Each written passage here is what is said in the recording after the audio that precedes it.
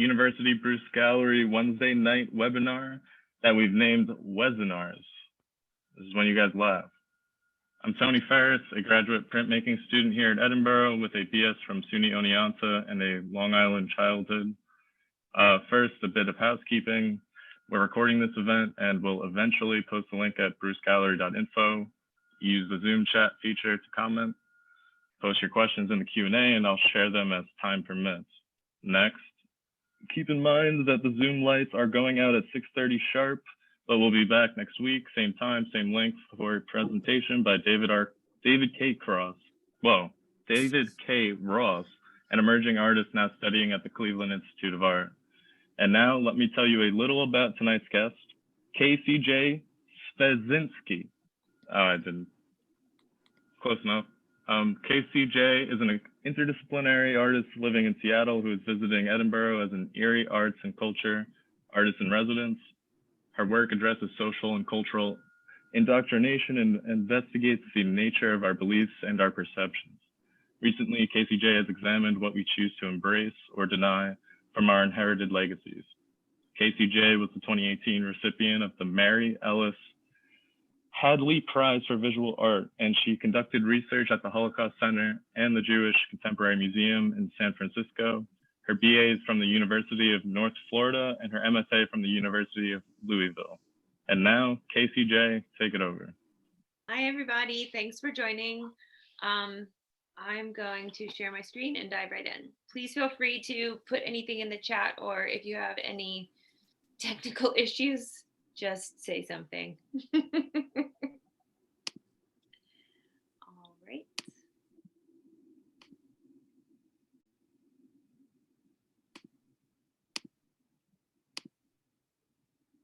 Can everybody see okay? Yeah, okay. Okay, so I'm KCJ Szwedzinski and I live in Seattle. And if you, oh, I gotta move you guys over to this side. So where that arrow is pointing, that's where I live, right there. How do I, here we go. Okay, so this is where I live. I live in a building called the bellevES. It's an old burlap sack factory that they renovated into artist live work spaces in downtown Seattle. We live in a really, really beautiful place, and I'm really, really lucky to live out there. So this is my crew. This is my dog, Ito, and my two guinea pigs and my partner. He's a great artist as well. David Walters, he's a great glass artist. Dogs are really important to me in my life. This is my service dog, Ito. I'm also the co-founder and executive director of a nonprofit agency that trains service dogs for children and individuals with autism and other disabilities. We also just had a litter of puppies that was born 6 days ago in Florida. So I graduated from the University of Louisville with a master's in printmaking, sculpture, and glass is sort of what my focus was. This is Ito. She walked the whole time and she kept the hat on the whole time. That's what I was worried about the entire time I walked during my graduation. Okay, so I'm going to show you a few bodies of work. The first one is called Trace. This was my graduate work. So I looked a lot at Judaism because that's one of the things that was in my background that I was interested in. I was interested in this idea of legacy. And sorry, okay. So originally I was going to name my show This Mouthful. And I feel like in grad school I had to take myself really seriously. And I had a member of my committee say that I should probably reconsider. So I ended up just calling it Trace. Basically what I was looking at is how we choose what we believe, because we are born into systems, whether they're religious or political. And then we also have a lived experience, and sometimes they don't always align. So how do we decide from those two things what we want to believe?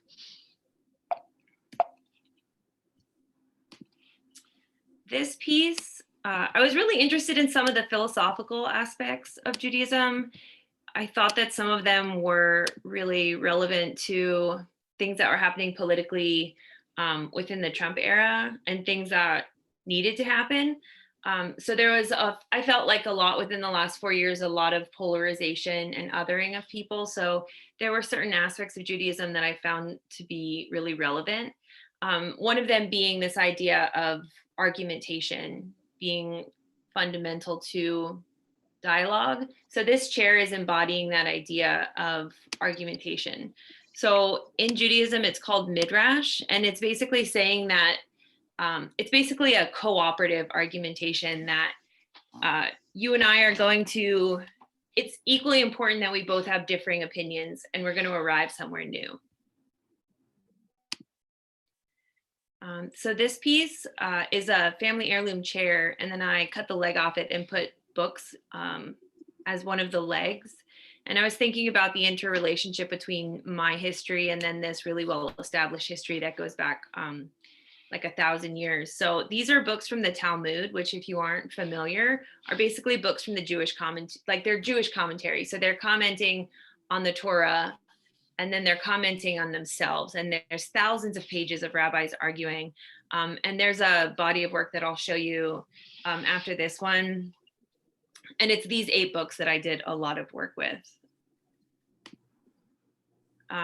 In Judaism, there is a lot of celebration around men coming of age. So there's the bris, which is the circumcision, and then there's the haircut, and then there's also one where when a little boy enters school, the teacher will place honey on the letters, and the little boy will lick the honey off the letters.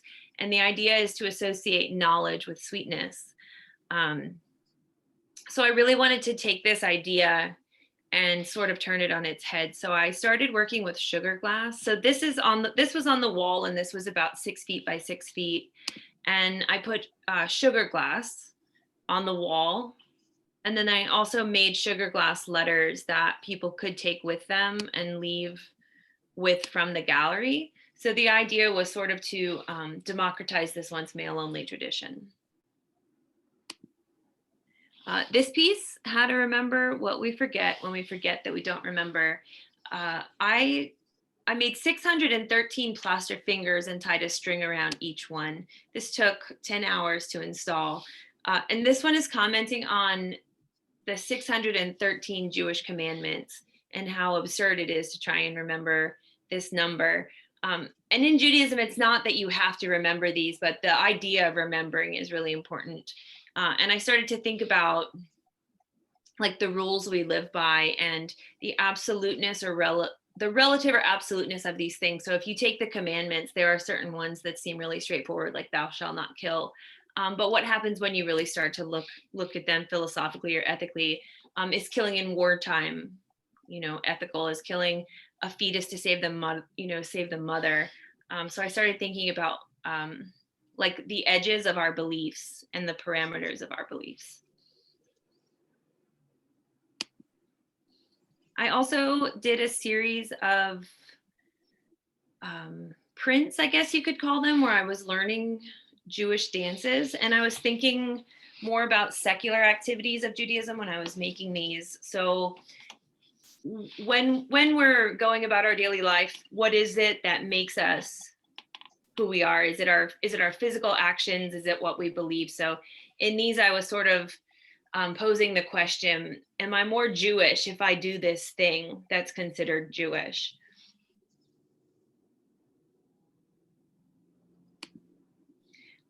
So that was my grad work. That was my thesis exhibition.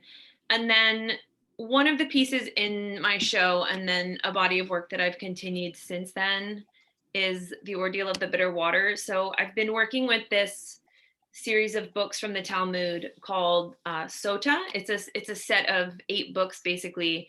And they have to do with this ordeal called The Ordeal of the Bitter Water. And basically it's 8 books about what to do with a woman whose husband believes her guilty of adultery.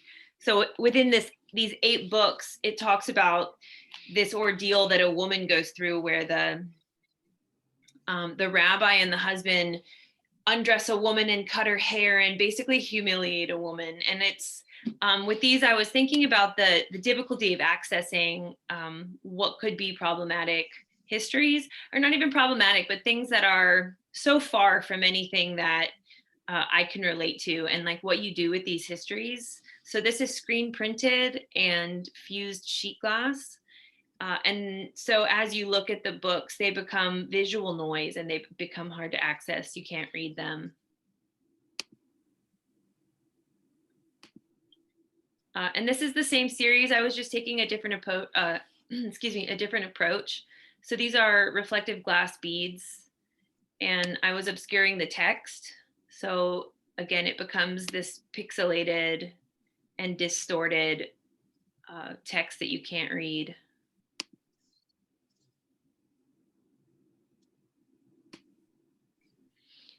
And this is a body of work that I really love. It's really close to my heart. It was also, while I was doing it, pretty heavy. It's about the Holocaust, but I felt like if I was going to be doing work about Judaism, it was something that I really wanted to maybe learn more about, because I felt like there was a lot that I didn't know. So I took a class called Literature and Film of the Holocaust, and it was a really transformational experience. So I did a lot of work with this one specific text called A Year in Treblinka by a man named Jean-Kiel Wiernik. So he was a carpenter, and so he built almost the entire camp of Treblinka. And every day the Nazis told him, this is the day you're going to the gas chamber, today's the day. And then they would have him build something else in the camp. So he built most of the structures in the camp. And so he ended up having freedom to move about the camp. And he was one of the people who staged an escape from a concentration camp. So I did a lot of work with this text. And this one is that same fusing of screen printed glass. And I was thinking about the difficulties of accessing emotionally difficult histories.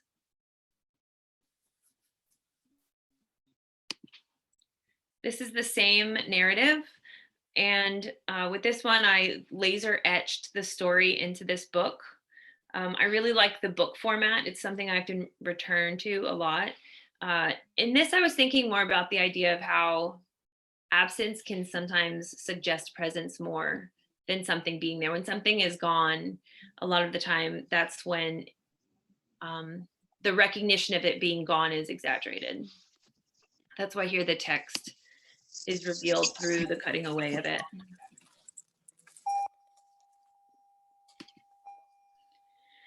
So this neon sign was inspired by a book called The Journal of Helene Burr. And so she was a French socialite, and her father was a diplomat. And so their family thought that they were above any legislation that would have been happening towards the Jewish people.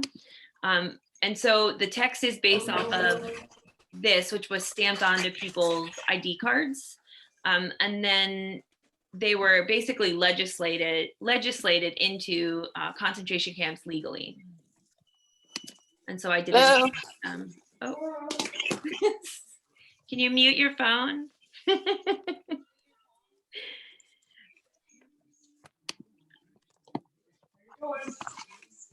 Good. And I've listened to Casey. She's amazing.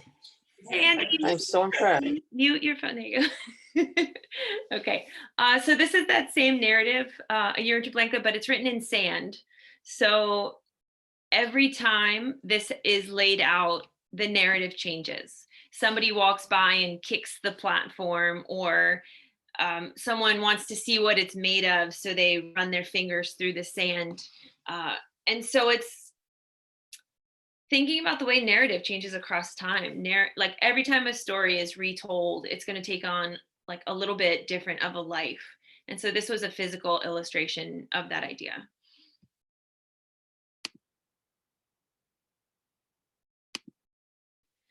This and the next piece, I was working with two different narratives. I was working with that same narrative by Jean-Kiel Wiernik, and I was also working with testimony from the Nuremberg trials.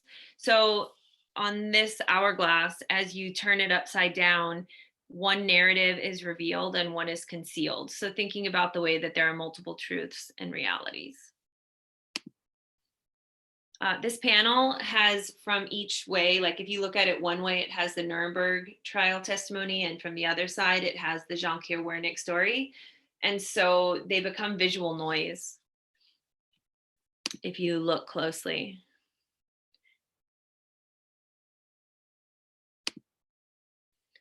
This piece is thinking about how you have to hide or how people in the past have had to hide their religious practices in times of persecution. So this is the Seder service hidden on the underside of a table. And that's the meal that happens in Judaism at Passover. And this is a Jewish prayer shawl called a talit. And it's made from blown glass, which is pulled and then chopped.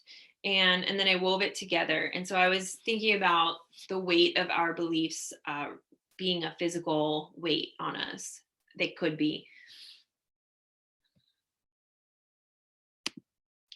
And so this body of work I made right after grad school at the Vermont Studio Center. And I was thinking about legacy still. And I was after school trying to figure out what I wanted my work to be about. I don't want to make Jewish work for my whole career. It was a great research project. I also don't want to be pigeonholed into this one thing. So my work for the past 2 years has really been trying to figure out moving forward what I want to make work about. So I was still thinking about this idea of legacy, but I was thinking about it in regards to consumer culture. So I made stained glass windows out of sugar. I was thinking about consumer culture in America and how it's preached to consume. And so consumption becomes an almost holy endeavor.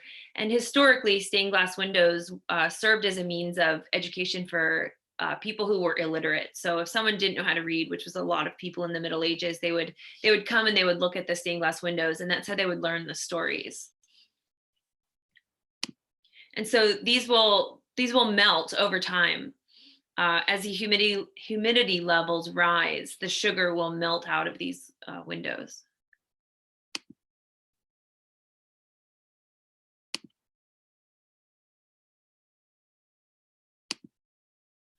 And then the colored ones I tinted with watercolor. So you can get a lot of very glass-like effects from mixing watercolor into the sugar glass as it's heating.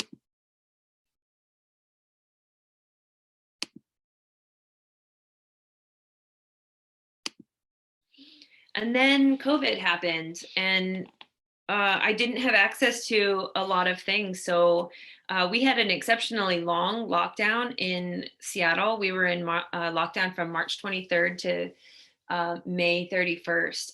And so I ended up doing large scale drawings. I call them action drawings. You know, they're kind of performative in nature. These are really large. So I was thinking a lot about, I called this series decision fatigue.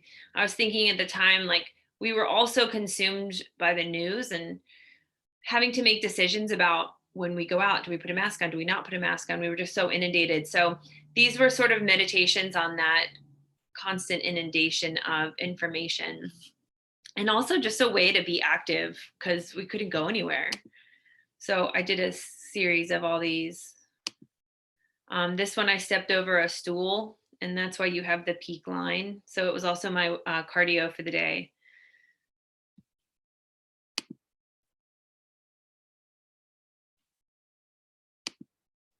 This one I did on my bike. So I rode my bike up and down the hallway. Yes, like,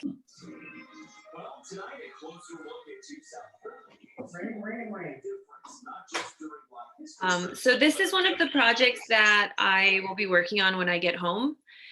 I feel like with this piece, I finally am responding to 4 years of the Trump presidency, which I have a lot of opinions about, but I didn't want to make work directly about, and I didn't know.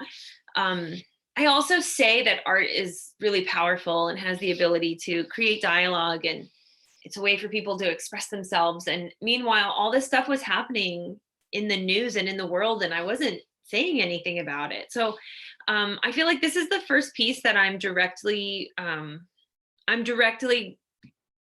engaging with contemporary issues rather than like working with the past.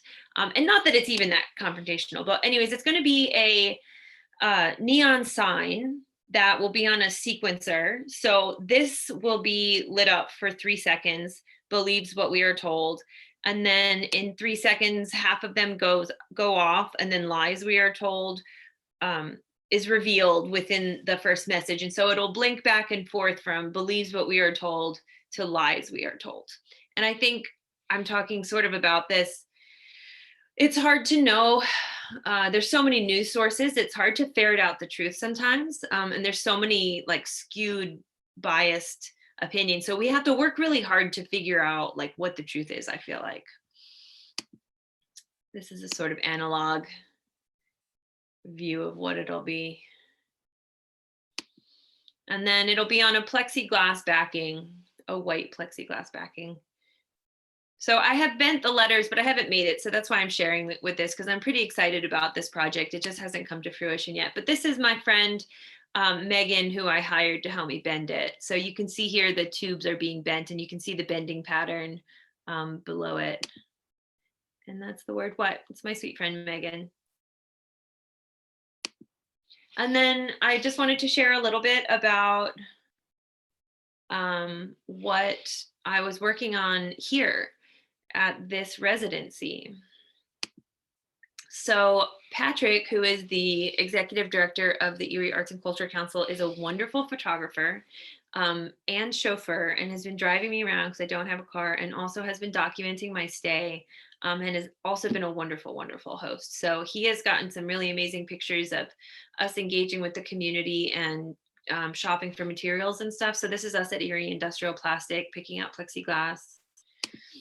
And one of the aspects of this residency is an addition that will go to Long Road Projects in Jacksonville, Florida. And so I decided to make plexiglass etchings. So basically what I did is I went into Adobe Illustrator and I designed this pattern, and then I bought a piece of plexiglass and laid it over the template. And then I took an etching needle and I basically scribed into the plexiglass. And that's the matrix that I then took to the printing studio and put ink. For those of you who are not printmakers, I'm explaining a little bit. And then I put ink into the grooves and then wipe the plate so the ink is still in the grooves, and then run it through the press. So that's one of the projects I've been working on.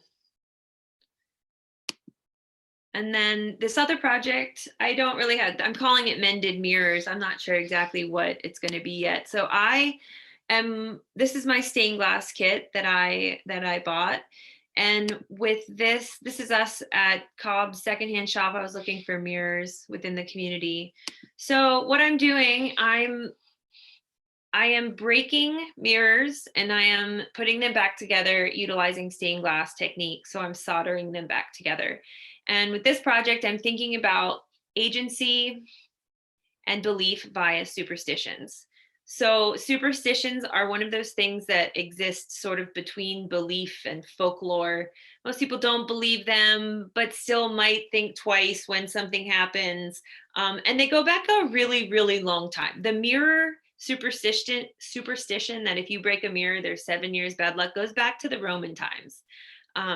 They thought that it took 7 years for the body to renew itself. So that's why your soul could get trapped in the mirror if it broke. So I think it's an interesting way to still think about belief, which is one of the things that is a recurring theme through my work, but also agency within belief. So how our actions affect our beliefs.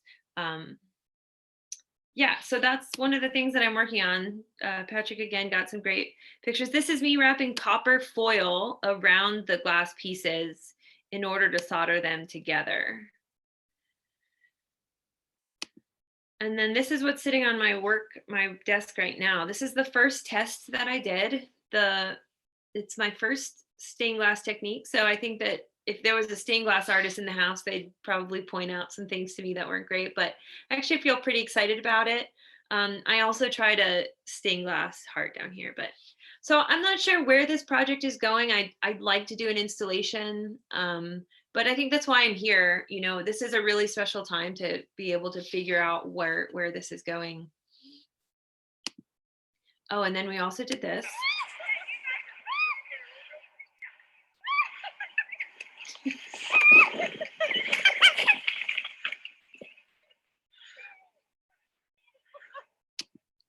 And that's all I got. That's my sweet dog, Ito.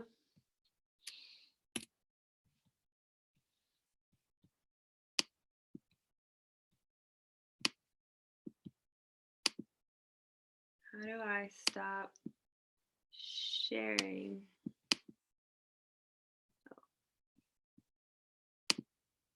All right.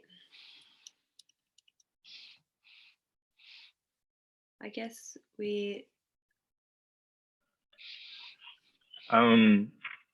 Great. I was really liking what you were saying about your project with the bitter waters.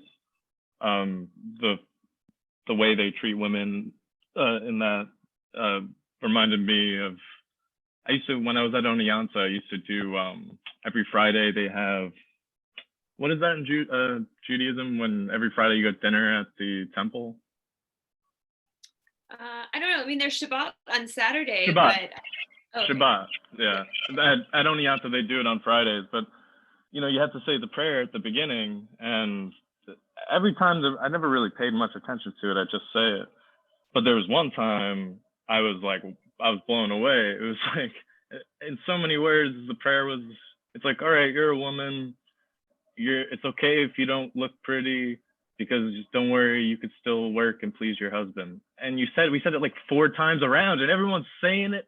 And then we take our wine after, and I'm just, and my friends who are Jewish, I'm like, yeah, they're like this. So I'm like, okay, like, open my mind. And I didn't even know about that. So I just keep on learning. Yeah. Crazy stuff.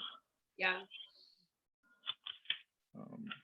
Also, I was curious on your, the print that you're working on here. I thought about doing the whole plexiglass etching. My old printmaking teacher had given me one and suggested. I put one scratch in it, and I was like, I do not like the way that feels. I am not doing this. So I just wanted to ask you, like, since you've done other printmaking, types, what do you think of that versus the others, like working with an etching or? Yes, that's a good question. And there's definitely like specific reasons why I would choose one over the other. I think if I was so the reason that I chose to do plexiglass here was because I knew I wanted to do large format printing. And so a piece of 22 by 30 zinc or copper is quite pricey.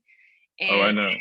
And also, if I was going to buy that, I would want to be able to take them home, and I'm flying. So I had some constraints around like just simple and practical constraints.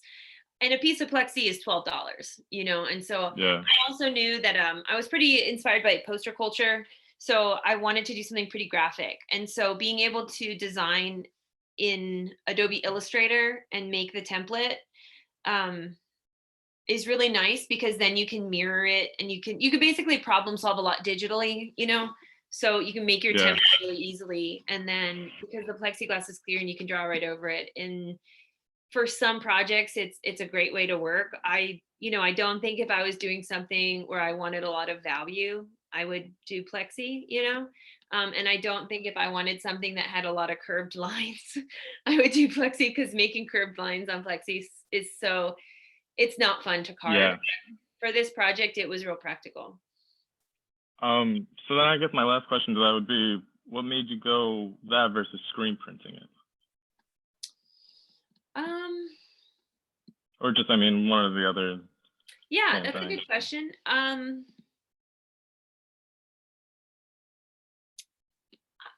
think a lot of that might just come down to being like, I know all I need to do this process is a press. Like, I wasn't quite sure. I knew I had access to the Edinburgh facilities, but I also didn't know what I would really have access to. And I knew that I could hit the ground running with that project. So I think it was just that more than anything. I feel like if I would have had, that's it. That's why. Yeah. All right, cool. Yeah, no, I mean, it looks great. I just had to ask because that seems a lot harder than screen. But I mean, I feel like the values and the way the ink laying on the paper could probably be better with the process you did. Yeah, I don't know if it's better. I think it's just different. I mean, I think screen printing has such a specific aesthetic that I love, and that's a good choice. But I just wasn't sure, what the press or the facilities were like. Yeah, cool. Yeah, I think there are a couple questions in the chat. Lisa, you. Yeah, I'm done speaking. Someone Oh, okay. take it. Should I just answer them?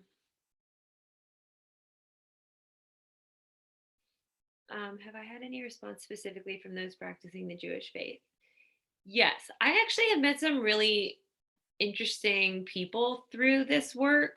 I had, when I was living in Louisville, I had this man reach out to me, and he was a theater professor at one of the universities in New York. I can't remember which one, but he did a lot of Jewish theater, and he ended up like adopting me and inviting me to their house for Passover. And we had great conversations about art and faith. And I've had people from other faiths.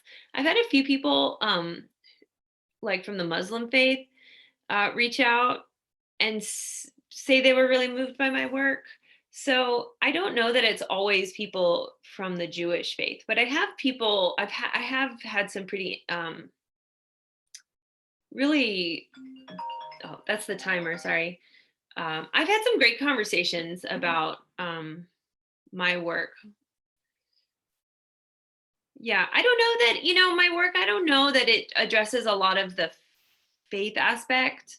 I think most response from people has been about, hey, I grew up with these things and I also don't know what they mean to me in my life now, so I think the conversations often looked more like that.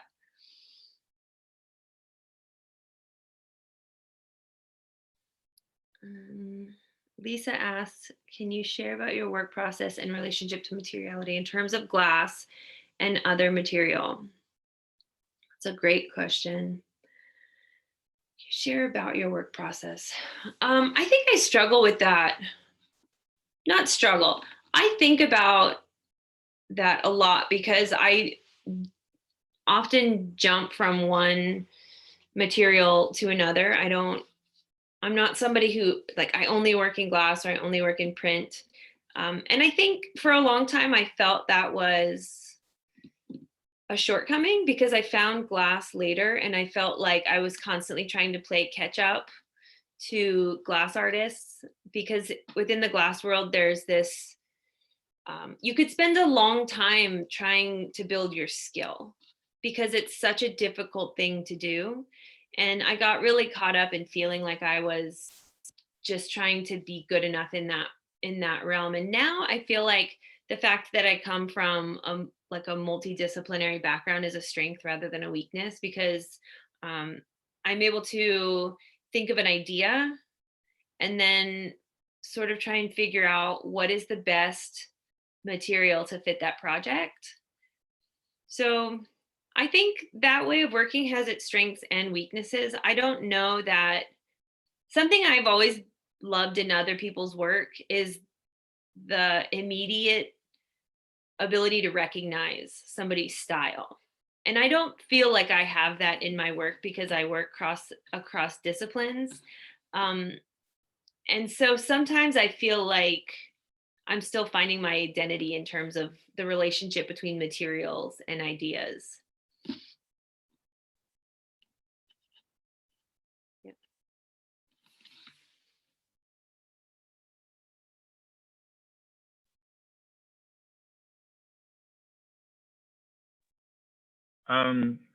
I was curious about what you were saying about the disconnect with people, the younger people these days, with Judaism. Falsely taking, accepting what Judaism says, but not really understanding what it actually means. I'd ask you, do you think that is a big part of the reason why there's such an increased polarization in this country in terms of a lot of people, younger people, or just people in general, more and more accepting these big belief systems and not actually understanding the belief systems.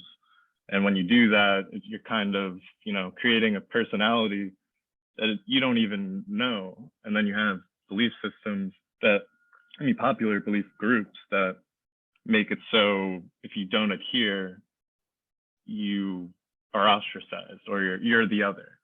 So in that range, these people, if you're accepting this religion and you're in that system where you're in a group where you have to accept and you're already accepted it, what's to say that, that wouldn't attribute to the, this growing, I don't want to talk to you, cancel culture, yada, yada, yada.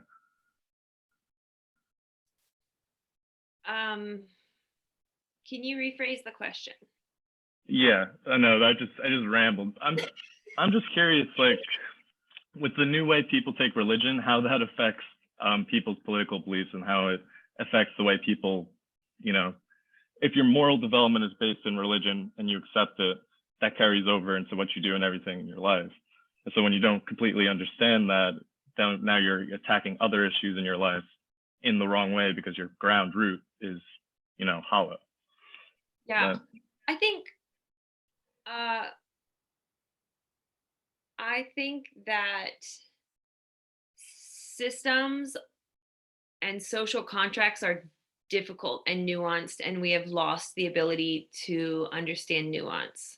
So I think that where my work, I think people should look critically at whatever they're indoctrinated into and ask questions. And so, like, in terms of religion, I come from a Catholic and a Jewish background, and both are rich with ritual and history, and good things and bad things, right? Like, there are things in both that are community building, that are instilling morals and values, right? And then there are things in both where they're politically driven to, like, keep the little person little within Catholicism historically. And then there's also issues within Judaism, right? So I think if you were to, like, put that framework onto groups that are storming the Capitol, or right, these, like, or whomever, these other groups that are extreme groups, I think we have to look carefully at what we're indoctrinated into, and, like, not accept it without looking at other things. Does that answer your question? I'm not sure if it did. I don't know. I mean, it's something that's just been on my mind, and you mentioned it, and I kind of related. I mean, I think it's a tough question. I can't answer it, Yeah. But thank you. Yeah. Yeah. Lisa asked me to talk about my experiences in other residencies. So I've been to the Vermont Studio Center, and I was there for a month. And I've also been to this one, and I was supposed to go to the Chalitna Research Institute in Alaska this past summer, but it got canceled. So that is scheduled for this summer, hopefully. And they've all been very, very different. I also did a virtual residency through Cel del Nord out of Barcelona over quarantine. And they've all been very, very different experiences. So the Vermont Studio Center is cross-discipline, and they have writers as well as visual artists, and everybody works on their own, but then comes together at meals, and they have studio visits, and they have visiting artists and visiting, poets and writers. And so the dynamic there was quite different because everyone's working on their own thing and then comes together, and there's a lot of cross-pollination, which was really wonderful. And it's in this really, really beautiful town in Vermont. And then my experience here, I'm the only artist in residence. So it's a totally different experience. Like, I'm working by myself and then reaching out to the community in ways like this, or doing demos for for classes and sitting in on critiques and doing studio visits. And then the Cell del Nord one was pretty interesting. It was a residency program out of Barcelona that was pivoting their programming online during the pandemic to try and create community in a time when we can't be physically together. And it was a group of 5 women from all around the world. And we met for a week, and we had a morning meeting and an evening meeting to check in and see what we were working on. And then one artist presented each day of the week. And so in that group, there was me, a woman from Saudi Arabia, a woman from Poland, somebody from England, somebody from Spain, I think. It was a really great group. And then the one in Alaska is really, it's like you have to take a small private plane to get there because it's on the edge of a national park. And half the year they do tourism groups, and then they also do a residency program. And so I am supposed to go there for 2 weeks, but I don't know what that one's like because I haven't been. So I'll tell you, hopefully it happens this summer.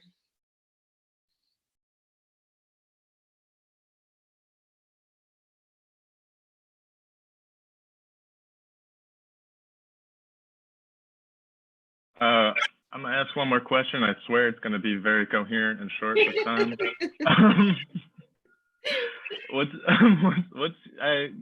You've made a transition from work in your identity-driven, Judaism to non-work and to work in other ways. I'd ask, what is your opinion on identity-driven work versus work derived from other means? I think that there's going to be work that some people are drawn to and work that others are not. And so I think there are many different ways of working. And when I make work and when I view work, I often ask the question why I'm drawn to certain work. And it's not always the same thing. Sometimes I'm drawn in by a story or a narrative by an artist, and sometimes I'm drawn in by technique and process. So I think that for me, the work that I have made in grad school was very identity driven. And I do think that I don't know if that's the way I'll always work. That's where I worked from for the last maybe like 3 years. And I think it's a question I think about a lot because it's like, what do I want to make, and who do I want to reach? Who do I want to see my work? Where do I want my work to be? And I think that each work has merit. And I think that certain people are drawn to certain things. And as an artist, you have to make what excites you at the end of the day. Yeah. Well put. Yeah.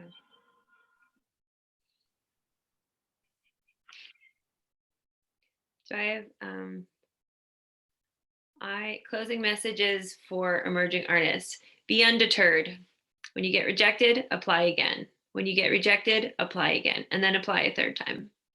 Just be undeterred and keep moving forward. And don't get attached to successes and don't get attached to failures. That's my advice. And do I have any production work? I don't currently have production work, and I don't currently have a gallery. I have a website. And there may be production work coming down the line over the holidays. My partner and I were making some test forms for a possible production line. So that may be in the works, but right now it's still in sort of R&D stage. So.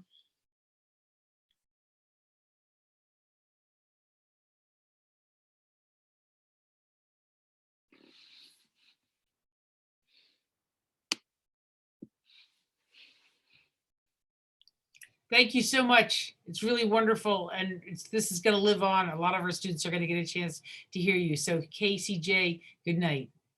Thank you so much, everybody, for coming. Thanks, Tony. Thanks, Lisa. Have a good one, guys. Nice meeting you. Nice to meet you.